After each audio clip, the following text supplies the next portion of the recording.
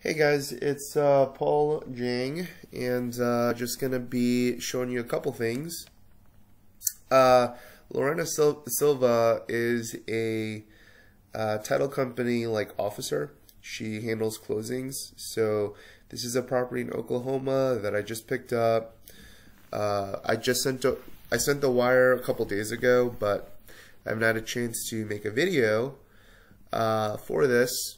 But just wanted to show you what how things look like. So this deal over here, I picked it up for. You can see the title insurance policy. This deal I picked it up for like 15,000 ish, and see I have here a commitment for title insurance. The proposed policy amount is 14,000, and with closing fees, I paid 1,800 ish. That is, me myself also paying for the seller's side. That could be negotiated, but in this case, the guy who sold it to me, Donald Brock, he wanted to make sure that he got 14,000 flat because he cleaned up title and stuff. So I expect this to sell for.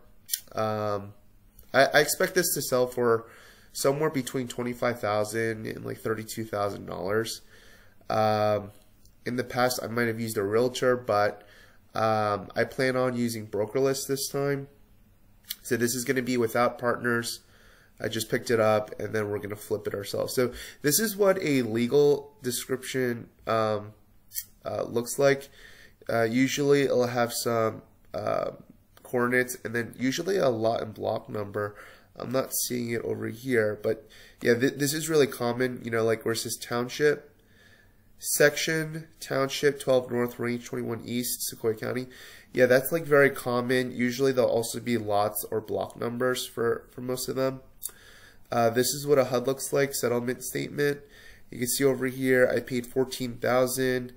Settlement charges 1,180. Some other charges, and at the end of the day I'm going to pay 15,130. I think I paid more than this, but this might be the older HUD statement. I got a new one because so it was supposed to be 15,180, but the other guy came around and was like, I don't want to pay the $600 extra. So this is actually the older one. So I'm all in. I offered 14. There's closing costs.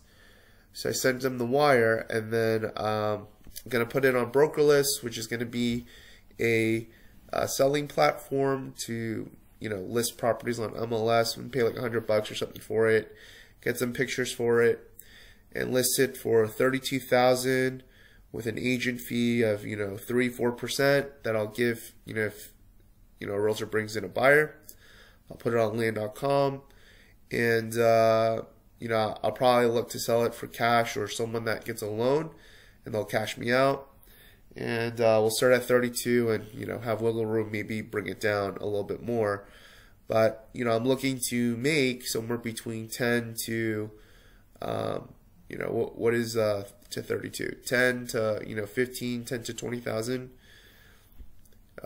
35 would be 20,000. So it would be somewhere between, $10,000 to $18,000 in profit here.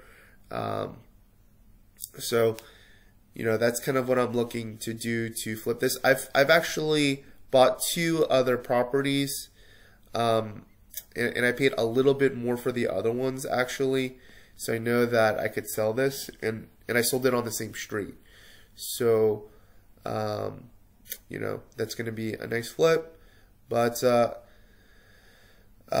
this is kind of what it looks like, right? A lot of it's just kind of jargon. I feel like compliance agreement, buyer-borrower statement, survey waiver, really tax proration agreement, what is this, $50, $100? Really, the settlement statement is really all these papers is really for them to tie their knots, but when it comes down to what's the most important paperwork, it's actually the transfer of deeds. So the warranty deed from the seller is going to go to me as the grantee. as the owner. Right now, I've been putting things just with my LLC, Ethical Country LLC, but I'm going to use more anonymity and start hiding my LLCs so that, you know, if there's ever a problem, like they can't source it all into one, you know, one LLC. A lot of land investors just keep it in LLC and keep it simple. Initially, you may put things just in your own personal name, but increasingly, I'm going to use land trust, use an LLC in Wyoming to, you know, hide some of my personal information. But that's kind of how this deal is going to go. That's kind of it. I do have a land course. You could check it out in the description below. There might be some other future updates that I might put out. I'm increasingly using partners to close on deals. And these are some of the updates that I'm making to my land business as I'm looking to scale and grow. But this will be a nice one. I got a couple other deals in the pipeline. One that I just put in contract, another one that I sent a contract out for, and then two that you know, handling negotiations for. And I'm getting a couple more leads in. I guess when I see things, I'll update you on things as they go. Subscribe and like this channel if you like it. I'd appreciate it. Have a good one.